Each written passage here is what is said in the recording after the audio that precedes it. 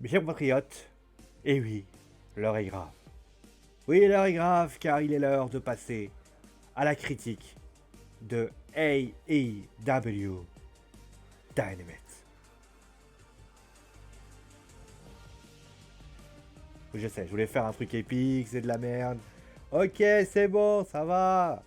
C'est bon, je me suis planté, c'est pas la peine de me hurler dessus. Bon, salut tout le monde, j'espère que vous allez bien, tous et toutes. Oui, il y a du mouchoir derrière moi, ma chambre est pas rangée, et je vous emmerde. Voilà, on se retrouve donc bien évidemment pour un nouvel épisode de la critique de Dynamite. Donc nous étions du 11 mars 2020, j'allais dire 2019. Et donc, la question est simple. A-t-on vu un bon show ou un mauvais show? Alors, pour information, avant de parler, je vais pas épiloguer sur la décision de Tampa par rapport à WrestleMania.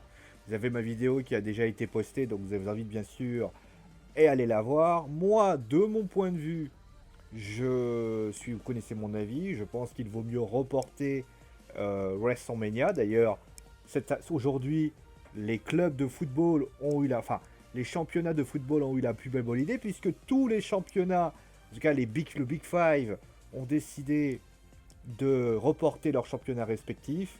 Il serait stupide de la part de la WWE de dire. Alors, quand je dis WWE, je parle aussi de Dynamite, parce que Dynamite fait pareil. Hein. Ils font tout pour que Blood and Guts continue, alors qu'il y a eu des problèmes sanitaires assez importants. Bon, malgré tout, voilà, donc j'espère que cette épidémie va cesser. Vous avez entendu le président de la République. Protégez-vous, protégez vos proches et protégez le Danemark. Pourquoi le Danemark? Je ne sais pas. Bon, allez, on va passer à la suite, on va arrêter de dire des conneries, on va commencer comme à chaque fois avec l'opener de la soirée. C'était Cody qui faisait face à Monsieur Santana, et enfin Monsieur Ortiz, pardon, comme j'aime le dire, les Ortiz, puisqu'il faut pas pousser Ricky Ortiz dans les orties, hein, voilà, ma blague est nulle. Et donc, eh bien, qu'est-ce que j'ai pu dire de mal de ce show? Est-ce que cet opener était sympa? Eh bien, cette musique de suspense est tellement belle. Eh bien, bah, j'ai trouvé que c'était un faux rythme. J'ai trouvé qu'il y avait un faux rythme. Ça accélérait pas, c'était pas lent non plus. Alors il y a eu des belles choses, hein, clairement. Mais franchement, moi j'ai trouvé que franchement, c'était pas agréable à regarder. Le match était long en plus. Après, bon, que ce soit Nick qui soit attaqué à la fin après le match, je trouve ça normal puisque forcément ça va recentrer la rivalité Page et Matt Jackson.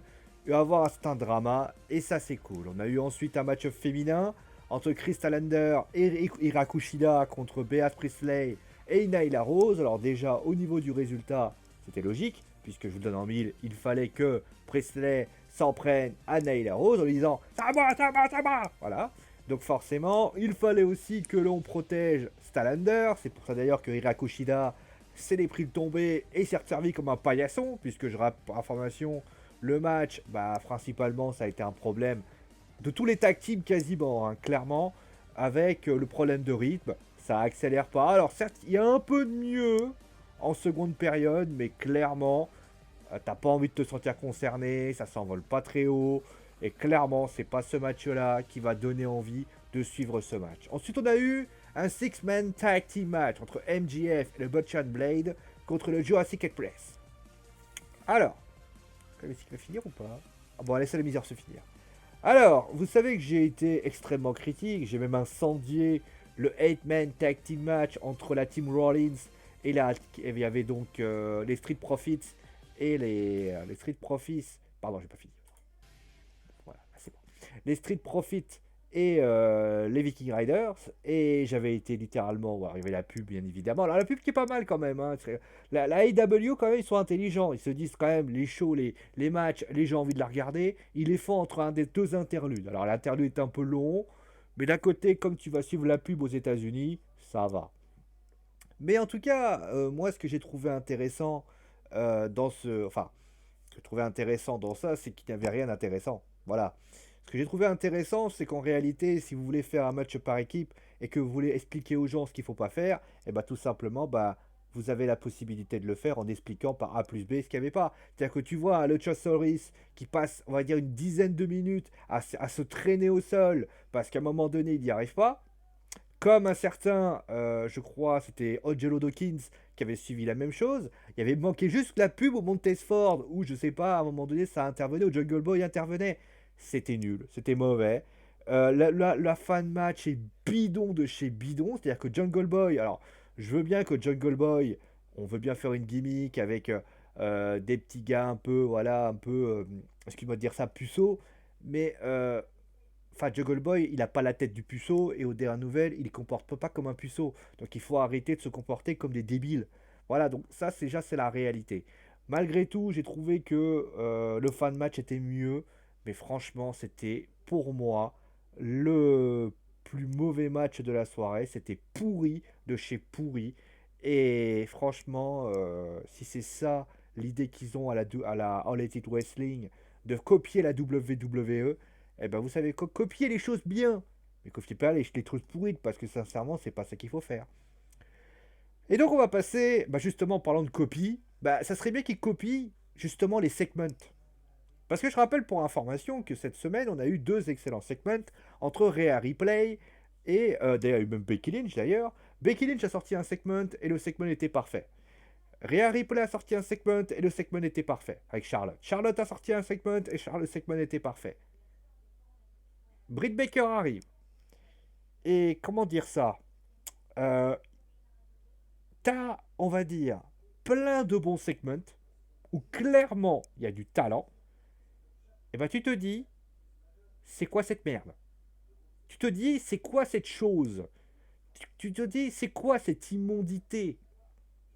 Tu te dis, comment on peut faire aussi mauvais avec quelqu'un? Franchement, c'est du niveau de Ronda Rousey. Je déconne pas. Britt Baker, alors, elle essaie de faire des efforts, la Britt, alors j'ai rien à lui dire. Mais je comprends rien en fait. Elle essaie d'haranguer la foule, alors la foule réagit, oui. Le problème, c'est que ça prend pas pour moi. Je m'en fous de ce qu'elle dit. C'est pas parce que. Alors on commence parce que je vois déjà les féministes tomber. Oh voilà, c'est parce que c'est une femme. Bon, déjà, faut arrêter. Voilà. C'est surtout que, pour moi, si tu veux faire un truc, il faut que ce soit impactant. Là, c'est l'équivalent d'une crêpe jambon fromage congelé, quoi. C'est-à-dire que c'est dur à mâcher, ça n'a pas de saveur et c'est nullissime. Je veux dire, à un moment donné, il faut arrêter. Franchement, alors, vous savez quoi? Je voulais mettre mon surtout que elle part dans une sorte de truc avec un dentiste, elle essaie d'expliquer des choses comme quoi. Vous voyez par exemple MJF.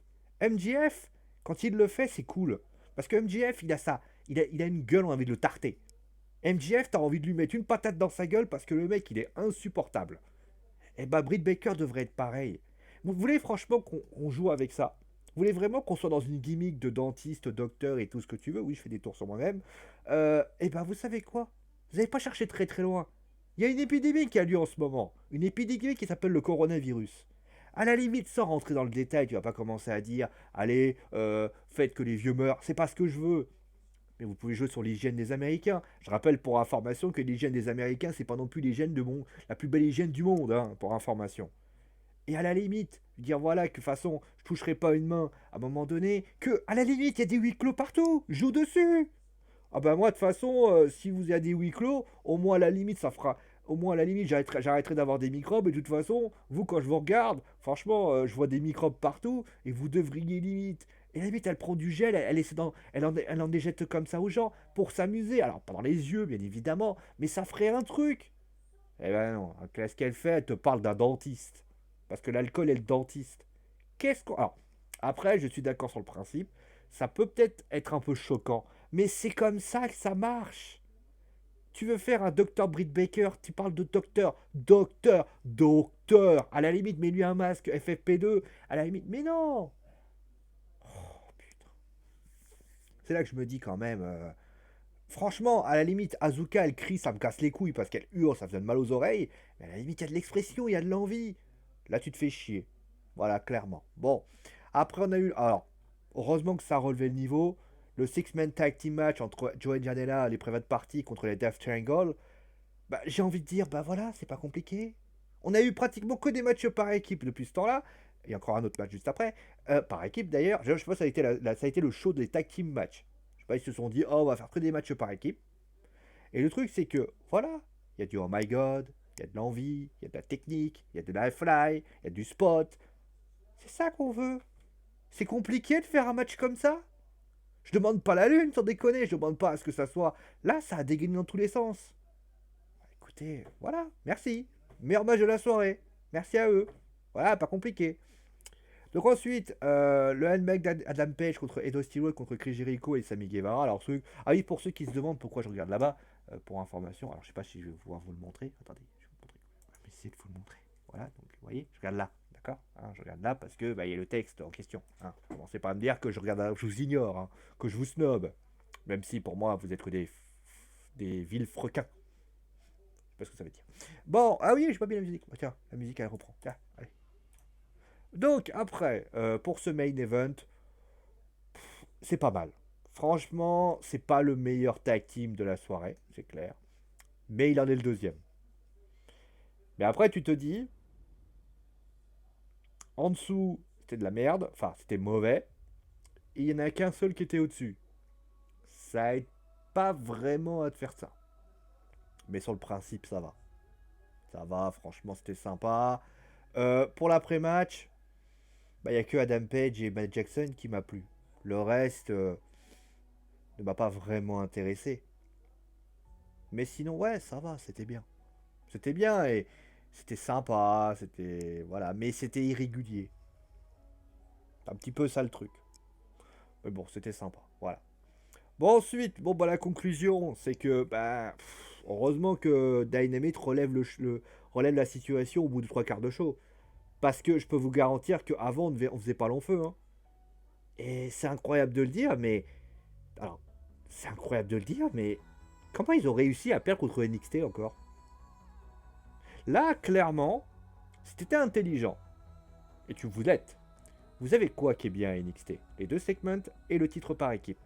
Le reste, t'as du correct, bon, et t'as Deonna Purrazzo contre Tegan Nox qui est pourri. Tu vas dans le terrain qui pour toi est le meilleur. Depuis, à chaque tag team qu'ils font, en général, c'est du très haut niveau. Et Cody contre... c'était qui? C'était Ortiz. Ça reste du bon niveau. Ils ont fait Moxley contre Ortiz, c'était très bon. À un moment donné, ils peuvent faire aussi bien. Qu'est-ce qu'ils font? Ils font moins bien. Expliquez-moi. À 2 semaines, il y a Blood and Guts. Et vous vous rendez compte, quand même, les gars, je vais quand même vous alerter parce que, à la limite, ça va peut-être vous faire tilter. NXT, bon, à la limite, NXT et Dynamite, vous faites moins bien que Raw en ce moment. Je sais pas si vous imaginez le truc. Il y a un mois, je disais que Raw, Dynamite les exterminait, limite les poum, ça tapait dedans et ça faisait très mal. Et aujourd'hui, Dynamite, vous faites moins bien que Raw. Parce que si t'enlèves le main event de Raw, on déconne, il est très bien le show. Si je me suis énervé à Raw, c'est pas parce que Raw me saoulait, mais parce que c'est dommage de rater un show, enfin de mal conclure le show. C'est un peu comme à un moment donné, je prends un exemple, alors je sais que l'exemple va être très con, tu vas voir une fille, tu fais tout bien, et tu la mets dans la voiture, ah, vas-y, super bagnole, tu la fais venir au resto, promenade, dîner aux chandelles, promenade, t'arrives, t'es au moment où t'arrives, la meuf elle est méga excitée, elle est chaude comme une baraque à frites, salut les Belges, et à ce moment-là, au moment où tu vas conclure, mais tu te désapes et tout, tu la déshabilles, enfin voilà, je vais passer les détails, et au moment où tu dois y aller, ça part pas. Et c'est ça en fait que j'ai reproché à Raw, c'est qu'au moment de conclure, poum, ça part pas. C'est clair, c'est ça que j'ai reproché. Là, c'est jamais parti. Hein. Enfin, c'est parti un petit peu, à un moment donné. Mais c'est parti tellement à la fin qu'au bout d'un moment, je me suis endormi. Donc, c'est ça que je reproche. Quand tu regardes NXT, ils font mieux que Dynamite. Ils font mieux parce qu'il y a 2 segments qui sont très bons. T'as quand même Keith Lee, bon, ça tient la route. Et le reste tient la route. Mais c'est en deçà de ce qu'on peut proposer à NXT. Moi, je trouve que, notamment par exemple, si on peut faire un aparté à NXT, je trouve que NXT est en récession depuis quelques temps. Alors que Raw augmente le niveau de chaque... Augmente le niveau. Moi, j'excuse ce qui s'est passé avec le le show de cette semaine parce que voilà, ça a été raté. Je me suis énervé dessus, ça m'a énervé. Mais ça va. Mais Dynamite, ça fait comme. Alors, j'ai pas vu celui de la semaine. J'ai vu celui de la semaine dernière ou pas? Non, j'ai pas vu celui. Ouais, j'ai vu le celui de la semaine dernière, qu'est-ce que je raconte? Celui de la semaine dernière était bien meilleur. Faut arrêter de faire les réguliers, hein. À un moment donné. Putain, quand j'ai vu le show avec Cody qui se faisait fouetter avec une ceinture, c'était un show d'exceptionnel. Gardez ce niveau. Alors, je ne demande pas à ce que ça soit tout le temps comme ça, mais essayez de garder un niveau bon. Là, vous faites un show de merde. Vous êtes supposés être les concurrents de la WWE. C'est à vous d'insuffler une positivité et de mettre les choses au point. Si vous, à chaque fois que vous pensez atteindre votre objectif, vous régressez, c'est pas possible. Et surtout, on ne sait même pas si la semaine prochaine, vous pourrez produire votre show. Parce qu'on le sait tous, le coronavirus va faire des dégâts. Et d'ailleurs, juste en parlant de ça, parce qu'on fustige la WWE sur le fait qu'ils veulent à tout prix faire leur show. Mais j'ai envie de dire, alors certes, maintenant celui de SmackDown de ce soir sera d'ailleurs au Performance Center. Mais ce que je veux dire aussi, c'est que Dynamite, ils sont pas mieux. Vous avez quand même, alors pardon, mais attendez, on va quand même aller voir les shows annulés parce que c'est quand même assez exceptionnel. Vous avez quand même la Ring of Honor et la Evolve qui réfléchissent à arrêter les shows, puisque, bah, devinez quoi, voilà, ils sont en train d'y réfléchir. Il y a que le Mexique qui n'est pas touché. Il y a les fédérations françaises qui ont annulé les shows. Irlande a annulé les shows. Et c'est quand même des fédérations, excusez-moi, les mecs qui vont ainsi dire sont buildés là-bas, ils gagnent pas 10 000 $. Hein. Ils gagnent 100 euros, 50 euros, 100 euros. Le Japon, à la New Japan Pro Wrestling, la Stardom, ont décidé d'arrêter. Je sais pas si vous imaginez la situation du truc. Et vous, alors NXT UK c'est particulier parce que je crois que enfin, l'Angleterre est moins touchée que les autres pays européens. Mais comment vous pouvez, à un moment donné, comment vous pouvez dire ah bah moi Blood and Guts, je veux tout à tout prix qu'il arrive.